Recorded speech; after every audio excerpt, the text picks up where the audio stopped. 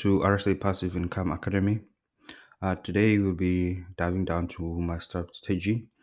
As you know that my strategy is comprising of money management, um, which is normally I take 1:2 or 1:3 or above that when it comes to risk and money management, and I only risk 1% of the total account for each and every trade that I'm taking, right? And it also comprises of psychology, meaning that I only have certain parameters for strategy which involve the fundamental analysis, which with time, of course, I do not have sufficient time in order to include the fundamental analysis where I look at the market forces that are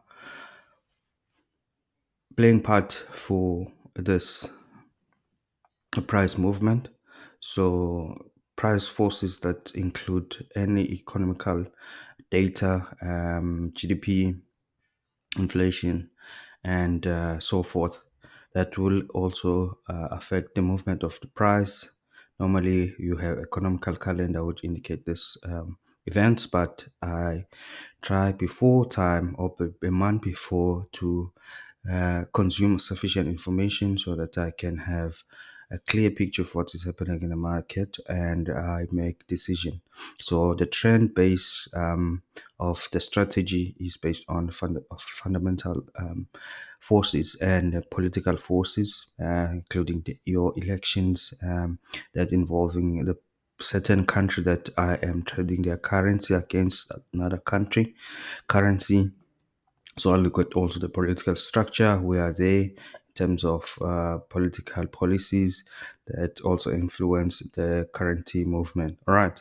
And today I am only touching base with technical analysis, which is 20% of the strategy. 80% is fundamental analysis. All right. So let's go and dig deep to our technical analysis. So as you can see, first of all, I look for price flows and price ceilings, right? So price flows and price ceiling is normally where the price they pivot. So as you can see here, this will be my price flow and my price ceiling, price flow, price ceiling, price flow, price ceiling, price flow, price ceiling. All right. So I looked at the highest and lowest point that was formed before the next wave is formed. So this will be my price ceiling and resume my price flow. So as you can see, the price starting to go to the upward direction, but it's the downtrending.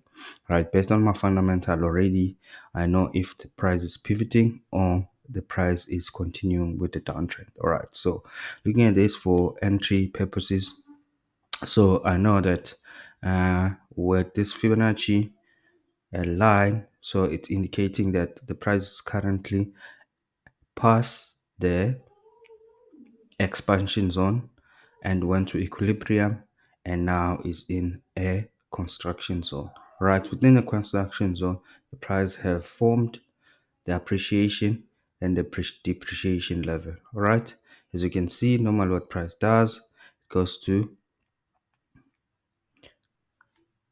price flow. If it's down trending price ceiling, then it goes to price flow, and from the price flow I identify if it's downtrending or uptrending market at that particular point based on the price clutter, which where the markets normally take this price clutter because most of money liquidity is where it's at. So as you can see, I think the next move for this market will be, it's either if it's break the depreciation is going to go down to depreciation level, right, based on the next week fundamental analysis, go down to the depreciation level, and if it passed the depreciation level, it's going to create more clutter to the downside, and I will be looking for 1:2 or 1:3, right, and my entry will be 10 pips below the depreciation level, and I'll put my stop loss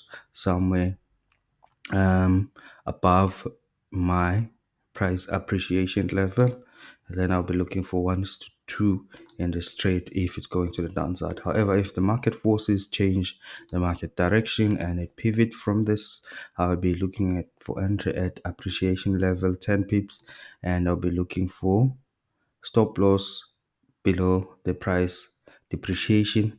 And I know that since the price went down to price clutter and created more price clutter on the way to downside, so it's going to come back, retrace somewhere here in the price clutter level, break the price clutter and goes to this price clutter targeting the upper price clutter. So I'll be looking for this in the near future.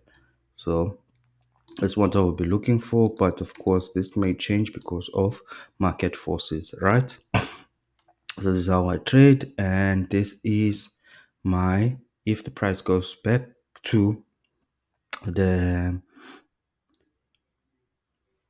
expansion zone, then I'll know that if it goes to expansion zone and start tapping in this key level, there's normally this key level based on my chart back test, that it's normally when it goes to downs to price flow, the price come back to price clutter. A price clutter takes the price clutter and goes to this key level and starts to tanking down. But I'll be first looking for this appreciation and depreciation level to shift up somewhere here within this level, and if it's break the price clutter, if we shifted up here this level, then I'll be looking for a downtrend.